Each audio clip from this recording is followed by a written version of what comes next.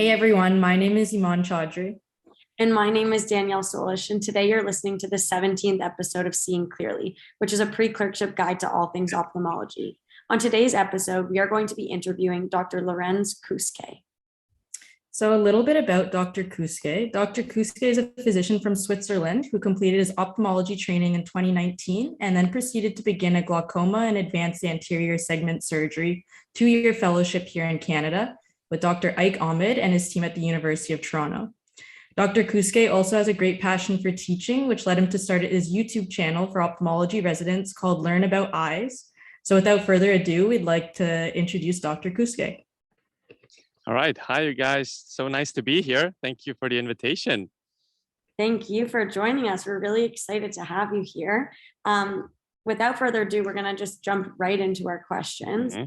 So Dr. Kuske, would you mind just telling us a little bit about what drew you to the field of ophthalmology? So actually, that was more of a coincidence. So during med school, I started getting really into photography, and it was just one of my big hobbies. And with that, all things ophthalmology seemed so easy. All of the physics behind it, everything with light and apertures and all of that seemed very simple because I was spending a lot of time with this topic anyways. And I'm a very visual guy, so it felt like this is a good subject for me because it's mostly visual, just pattern recognition. And I always felt very comfortable with that subject, but it seemed to be a bit of a smaller subject and I wanted something bigger. So the original plan was to go into general surgery. But then I started in general surgery and I just did not like the lifestyle. I did not like the people. I did not like having like 8-hour surgeries straight, always standing up. And I started looking around and actually remembered that during my electives, when I was still in med school, I had 2 electives, one in the States and one in Australia. And the one before that, I wanted to do something fun, something that I knew I would enjoy so that I would have enough time to prepare for my travels afterwards. So I went to ophthalmology for that, kind of hoping that I could go home early and hoping that I would just have an easy time because it was a field that came easy to me. And then it turned out that it was the best people I've ever met in there. And it was just looking through the slit lamp, looking through the biome on a retina surgery, looking through like seeing all these details 10 times, 16 times, 40 times magnified was just super fascinating. And I always, like, from then on, I just had it in the back of my mind that if ever that doesn't turn out to be a good choice with the general surgery, I'll go back into this. And then when I didn't like it in surgery, I actually applied for ophthalmology. And because I had such a good time there in Basel with the team, it was actually, I was lucky enough to get in pretty quickly. So I didn't have to wait and do, research or any big time investment before I could actually start my residency. And then I've actually never looked back, and I would not recommend anything else to anybody else, to be honest.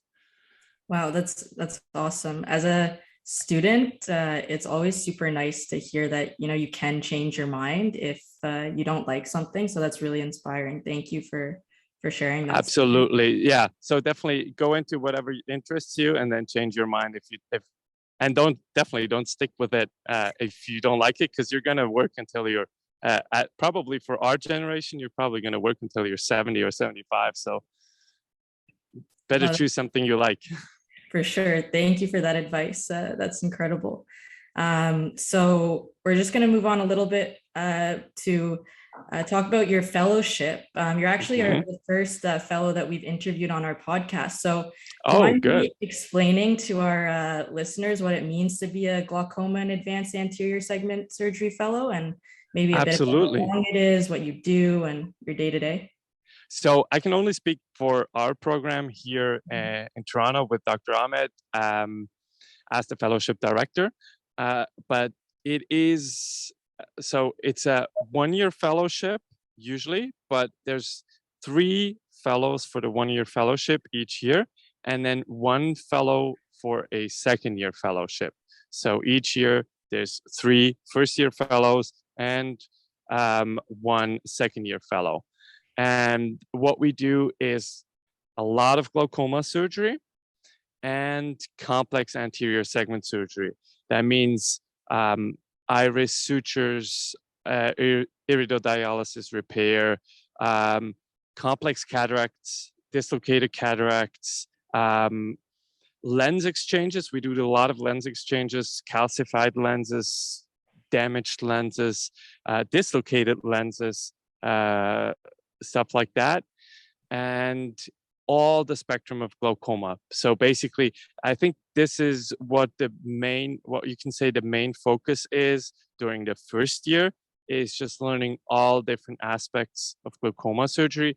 We do from big tubes and surgeries, Baerveld, Ahmed, valves, over traps, pressor flows, to small microinvasive or minimally invasive glaucoma surgeries like eye stents, hydrus, goniotomies, all of it. So it's a very wide range. And I think this is the thing that you have to keep in mind. It is, I would say it's a pretty challenging fellowship because it does include, I always feel like it's 2 fellowships in one. It's the complex anterior segment stuff combined with the glaucoma stuff. And I think that makes it extra hard because you have to be proficient in 2 topics and you can't just focus on glaucoma. Awesome. Thank you so much for sharing that. It's definitely interesting for us to learn more about, because I feel like when you're from a medical student perspective, you know, you can go into a field, but then you forget about all the different fellowships and all the different like very specific aspects you can do within a field, which is awesome to just have those different specialists in ophthalmology. Absolutely. Yeah. And yeah, I can only recommend that. I think it's a very good field. It's a cool combination. Mm-hmm. And it makes sense from my perspective, because especially if you're talking about dislocated lenses, it's very often it's pseudoexfoliation patients whose lenses dislocate, and those are also our glaucoma patients. So we usually have combination, or we often have combination surgery. So we do glaucoma surgery to regulate the pressure, and at the same time refixate or exchange the lens. Right, that's amazing. Thank you for sharing that with us. So would you mind just to expand a little bit about like what it looks like for a day in a fellowship? Like, are you typically operating all day, or are you in clinic? Do you get teaching? Absolutely. So I would say there's 2 types of days that we have. I would say on average, we have, I would say 2 to 3 OR days, surgery days, and 2 clinic days. Sometimes we have a day of research or just time to catch up or research. Let's say we have a typical day with 3 OR days and 2 clinic days. On a clinic day, I would just come in like 7:30 or 7:45, do some office stuff, make sure everything's ready, and then I would probably start. So most patients, they're ready at 8, and then we just see patients. It's quite a fast pace, so there's not a lot of time for each patient, and you have to remember those are mostly complex cases, so you do have to hurry up. It ends up usually you usually end up without a lunch break, and you're just going through. And then you're done by, if you're super fast, you're done by 4. If you have more patients that you do need to make some small interventions, or you're just behind, which sometimes I am, then it can end up being 5 or 6. But I'm rarely there in clinic later than 6. We usually have a few phone calls at the end of the day, and then we go home. And what we do, or what you have to think, if you do so much surgery, if you can fill 3 days of surgeries, those patients, they don't just grow on trees, right? They don't just walk into our clinic. So they get referred to us, And that means after you get home, you go through all the referrals. You triage them. You say this, especially for glaucoma, it's important to triage, right? This patient has to come in next week, and this patient that's just a routine thing. They can come in 1 month or 2 months. So we go through all the referrals at home. We give our suggestions, and then Dr. Ahmed either makes changes or just agrees with the suggestions, and then they get booked. So that's usually when I get home. I do I work on the referrals. Sometimes, there's small stuff like a patient calling, didn't understand how to take the meds, or refills on the prescriptions or whatever. And then for a surgical day, it's usually that I'm on the night before, I prepare for the surgery. Especially Dr. Ahmed is a perfectionist, so he really demands a lot from you. And he really wants you to know every single step. He wants you to know where you're going to put your incisions, how you're going to hold your instruments, and he wants you to know every single thing about every single patient. So you might be in the middle of surgery asking you exactly like, how did this visual field look last time? What was the pressure after surgery of the other eye? So you kind of spend quite some time the evening before or the morning before the surgery.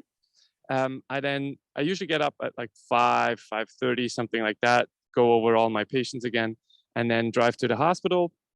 The fellows here, they do set up the OR, which some people might not like. It was a bit of a new thing for me in the beginning, but right now I do actually like it, because if you've set up all the instruments, if you've set up the microscope, and if you've cleaned the microscope and set up everything, it's working. You don't have to, it's not like you're in the middle of the first case remembering, oh, this isn't working.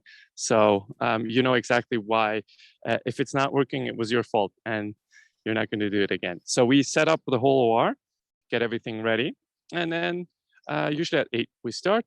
We do all our cases back to back. At least in the OR with where Dr. Ahmed does his surgeries, there's usually no lunch breaks. In other ORs where we work, there are some breaks sometimes. We do all the surgeries, and we're usually done by 3:30. And then depending on the day, we either go back to clinic to see some patients, or we go home and do all our surgical notes. We put all the stuff into our system. We do our dictations, and we do more referral management after this. So that's basically the two types of days that we have. And then because we see so many patients during the week, and because we have so many surgeries during the week, we usually work on the weekend where we preview for the whole week, because or at least for me, I'm not fast enough to have everything done on a weekday as well, or on a weeknight as well. So we usually do is on the weekdays, on the weekends, we spend a couple of hours where we preview the whole week. We prepare for all the patients, so it takes less time during the week. Wow. Thank you for sharing all of that. Sounds like extremely busy, but probably rewarding 2 years that you're going through. Absolutely, yeah. So I think that's what you have to kind of keep in mind if you go into any surgical field. Yeah. It's one surgery takes I would say at least 3 times as much time in clinic. So you have to see a referral, you have to go through referrals, you have to select the right patients, you have to see the patients before, you have to plan the surgery, book the surgery, you have to see them post-operatively. So it's not like you can't just be operating 24/7 and never see anybody in clinic. That doesn't work. So the more surgery you do, the more clinic you do. That's pretty sure. Wow. Well, thank you for explaining all of that to us.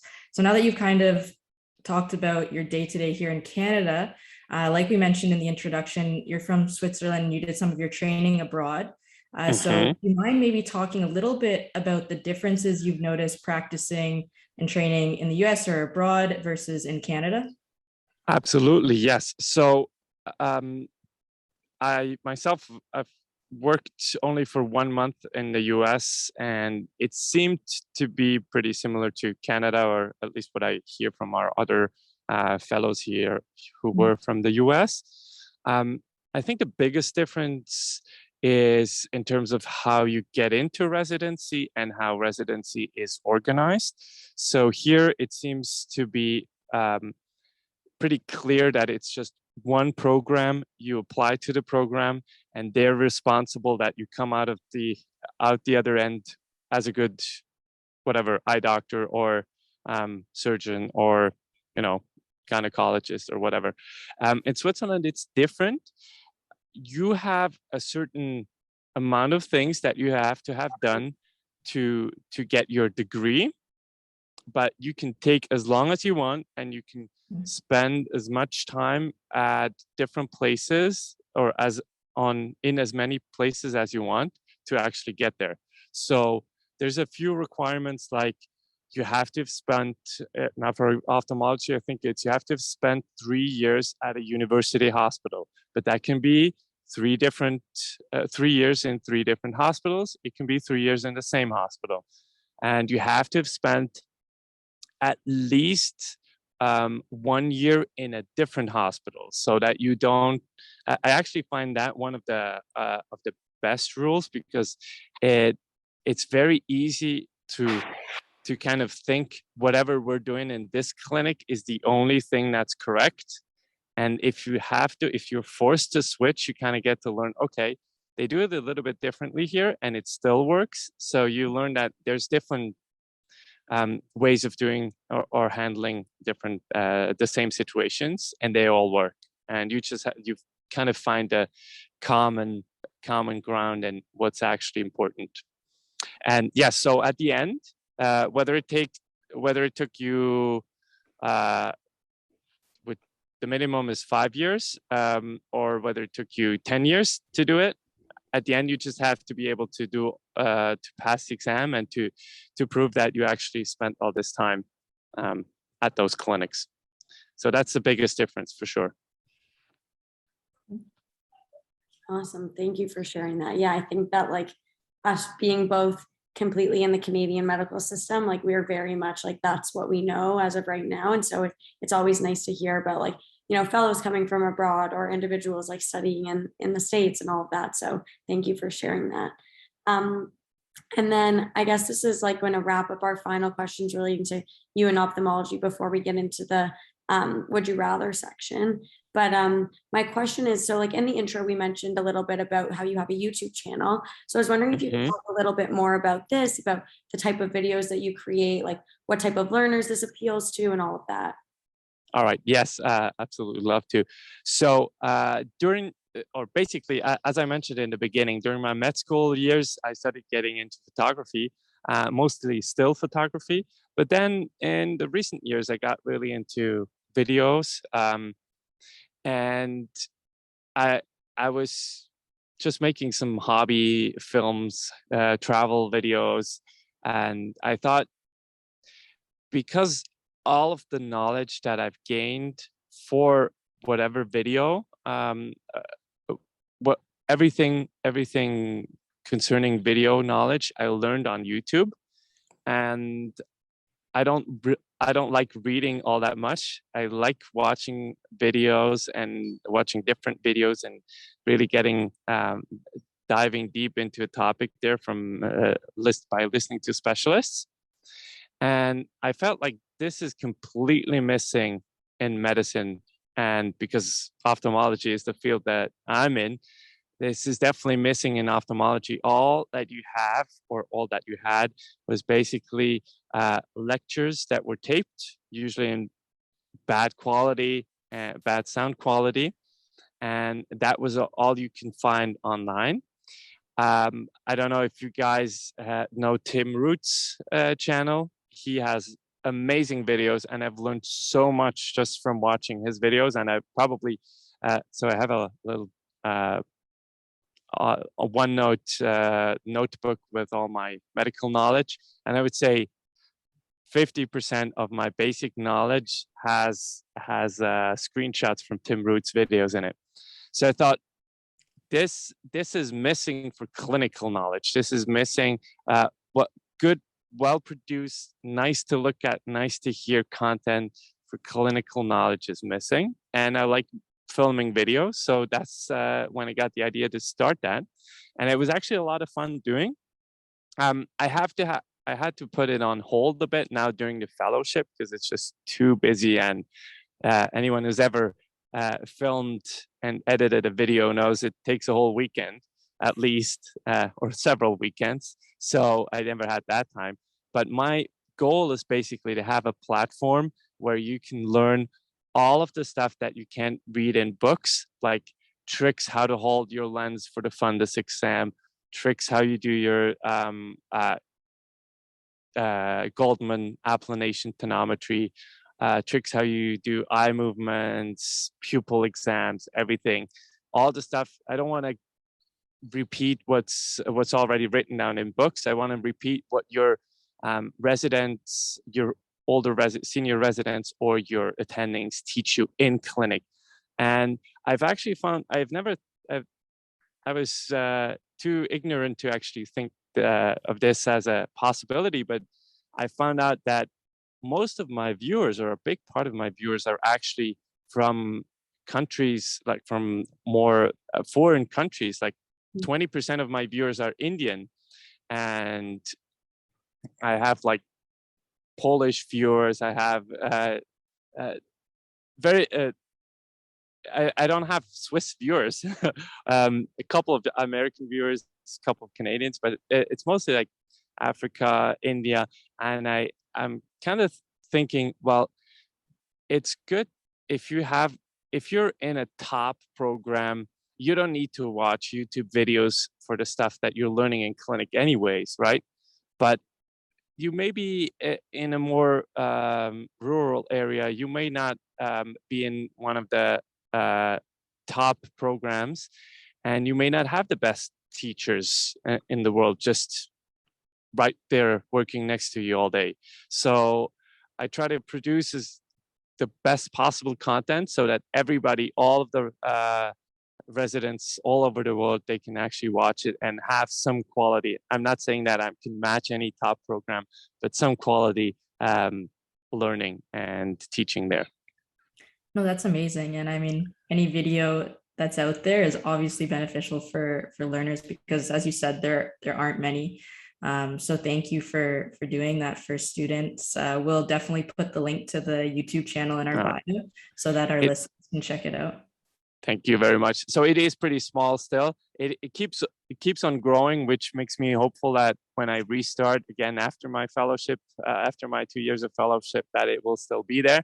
It's currently at 7,000 subscribers. So, and I haven't uploaded anything for a year, so it's still growing. And I'm hopeful to actually build a nice platform where you can actually use this as supplementary teaching next to your program.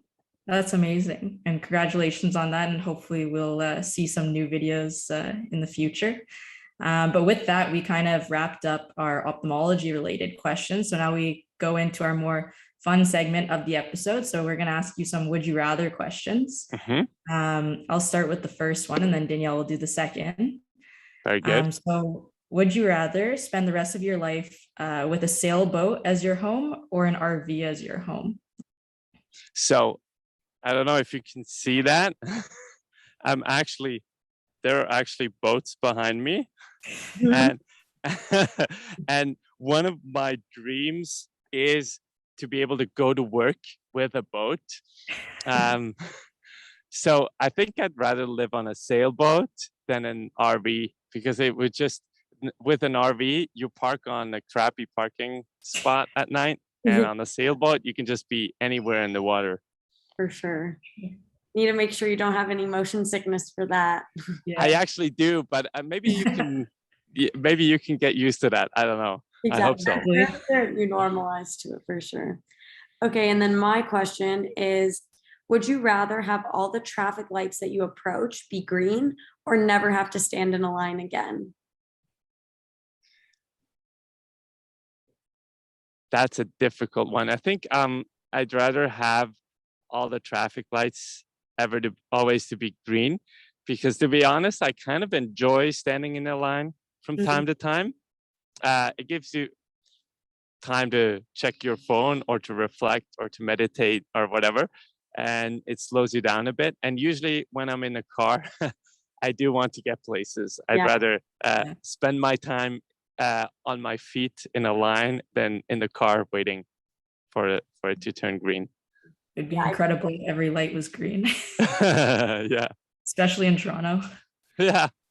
Yeah, no need to drive in that traffic. So that would be nice. And with all of that, we are just going to finish wrapping up our episode. So we want to thank you for coming, for joining us, for speaking so candidly about everything that you do. We also just want to thank everyone who's listening, to all for listening to our episodes of Seeing Clearly, which is our pre-clerkship guide to all things ophthalmology. For all our listeners, you can continue to stay caught up with iCurriculum and check out our website at www.icurriculum.com or our Instagram at iCurriculum. And Dr. Kuske, thank you so much for joining us.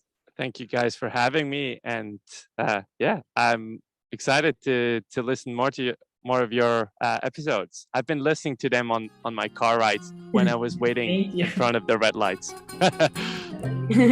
Thank you. Bye, guys. Bye. Bye.